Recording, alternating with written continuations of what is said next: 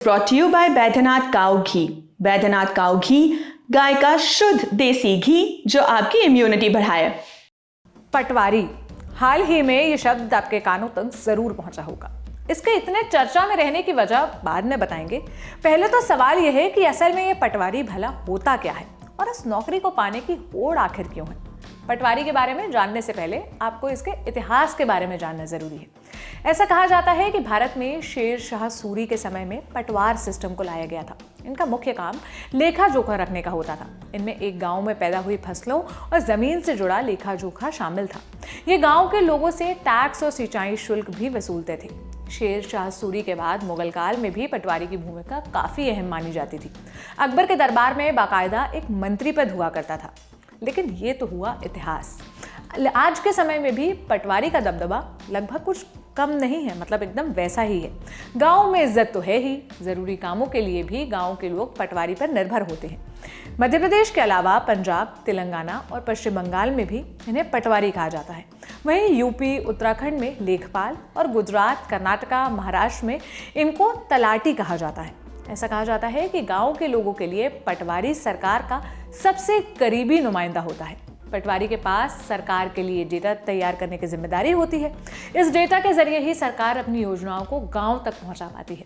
किस गांव में कितनी जमीन है, कौन सी जमीन कौन बेच रहा है, कौन खरीद रहा है, जमीन का ट्रांसफर कराना हो, नक्शा बनवाना हो, कितनी फसल हुई, कितना टैक्स दिया, इन सब चीज़ों का रिकॉर्ड पटवारी के पास होता है और वो ब्लॉक स्तर पर बैठे तहसीलदार को रिपोर्ट करता है।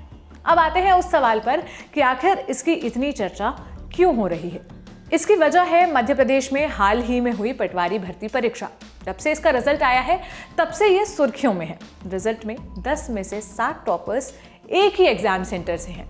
वो सेंटर है ग्वालियर का NRI कॉलेज। इस बात के सामने आने के बाद से ही छात्र प्रदर्शन कर रहे हैं। ललन टॉप टीम ने जब एग्जाम टॉपर्स से बात की तो परीक्षा को लेकर शक और गहरा गया। 5वीं और 3री रैंक की टॉपर्स उन सवालों का जवाब नहीं दे पाई जो उन्होंने परीक्षा में हल किए थे। ऐसे में जो सेलेक्ट हुए वो जल्दी ज्वाइनिंग की मांग कर रहे हैं और बाकी लोग इस परीक्षा को रद्द करने को लेकर प्रदर्शन कर रहे हैं। दरअसल मध्य प्रदेश में लगभग 23,000 पंचायतें हैं। ऐसे में हर पंचायत में एक पटवारी का होना जरूरी है, लेकिन यहाँ पटवारियों की संख्या 18,000 के आसपास है।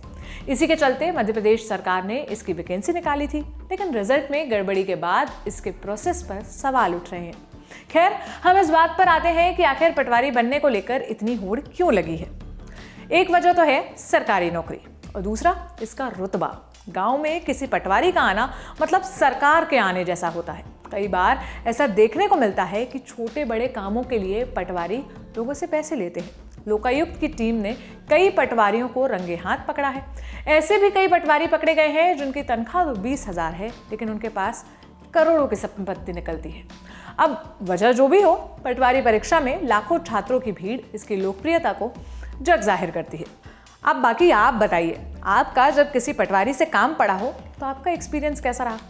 आपके लिए ये सारी जानकारी जुटाई मेरे साथी दीपेंद्र गांधी ने। मेरा नाम है सोनल। इसी तरह से रोचक तरीके से खबरों और जानकारियों के लिए जुड़े रहिए ललन टॉप के साथ। शुक्रिया।